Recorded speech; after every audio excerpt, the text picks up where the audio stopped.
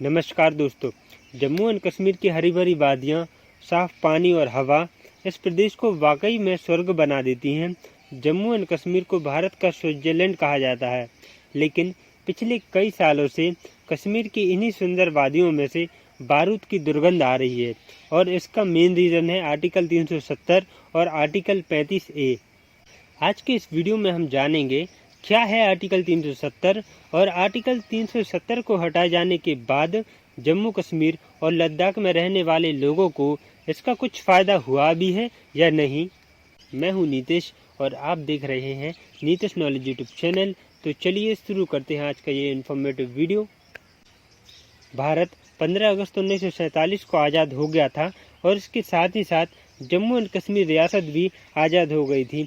लेकिन भारत की आज़ादी के वक्त राजा हरी सिंह जम्मू एंड कश्मीर के राजा थे और वो अपनी रियासत को स्वतंत्र ही रखना चाहते थे।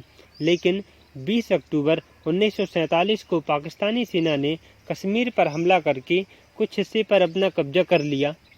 इसके बाद राजा हरी सिंह जम्मू एंड कश्मीर को बचाने के लिए भारत के पहले प्रधानमंत्री पंडित जवाहरलाल नेहरू से मिलकर 26 अक्टूबर 1947 को भारत के साथ जम्मू कश्मीर को अस्थायी तरीके से भारत में जोड़ने के लिए तैयार हो गए थे।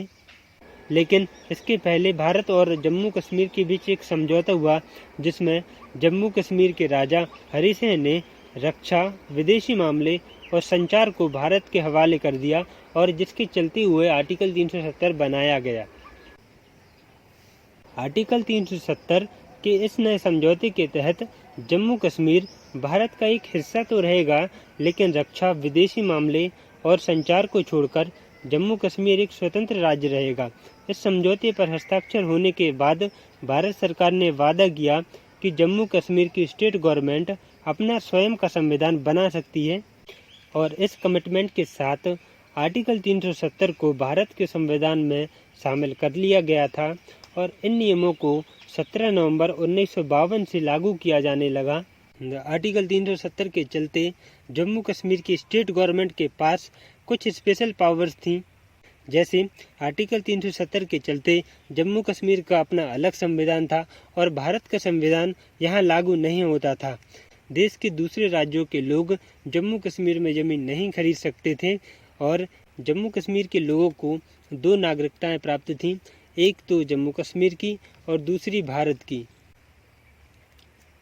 भारत सरकार ने 5 अगस्त 2019 को एक हिस्टोरिकल डिसीजन लिया, जिसमें जम्मू कश्मीर से आर्टिकल 370 को हटाने के साथ साथ जम्मू कश्मीर और लद्दाख को 2 अलग अलग केंद्र शासित प्रदेश बनाने के लिए मंजूरी दे दी, जिसके बाद जम्मू कश्मीर से आर्टिकल 370 को पूरी तरह से हटा दिया गया। आर्टिकल 370 को हटाए जाने के बाद आज लगभग 1 साल से ज़्यादा समय हो चुका है। कभी आपने सोचा है कि इसके पीछे क्या रीज़न रहे होंगे जिसके चलते आर्टिकल 370 को जम्मू एंड कश्मीर से हटा दिया गया? आइए जानते हैं। आर्टिकल 370 को हटाए जाने के पीछे भारत सरकार की सोच यह थी, आर्टिकल 370 की वजह से जम्मू कश्मीर और लद्दाख में रहने वाले लोगों को उनके अधिकार नहीं मिल पा रहे थे जो कि भारत के दूसरे स्टेट के सिटीजन्स को मिल रहे थे। यही मेन रीज़न है जिसके चलते जम्मू कश्मीर में आए दिन दंगे फसाद होते रहते थे। लेकिन आर्टिकल 370 को हटाए जाने के बाद अब देश के सभी सिटीजन्स को इक्वल राइट मिलेंगे। अब कश्मीर में टूरिज्म को और ज़्यादा फ़ायदा होगा और किसी भी राज्य का नागरिक अब जम्मू कश्मीर में ज़मीन खरीद सकता है, जिसके चलते रोजगार और बढ़ेगा। सरकार के द्वारा निकाली गई पॉलिसीज़ का फ़ायदा अब यहाँ के लोग भी ले पाएंगे। जब किसी चीज़ से फ़ायदे होते हैं तो उससे नुकसान भी होते हैं। धारा 370 के साथ भी कुछ ऐसा ही है।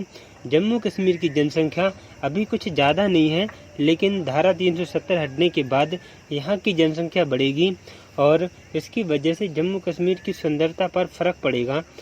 बाहरी लोगों के आने की वजह से स्थायी लोगों को नुकसान होगा। मैं आशा करता हूँ आपको ये वीडियो पसंद आया होगा। आगे भी इसी तरह के इन्फॉर्मेटिव वीडियो देखने के लिए हमारे चैनल को सब्सक्राइब करें। धन्यवाद।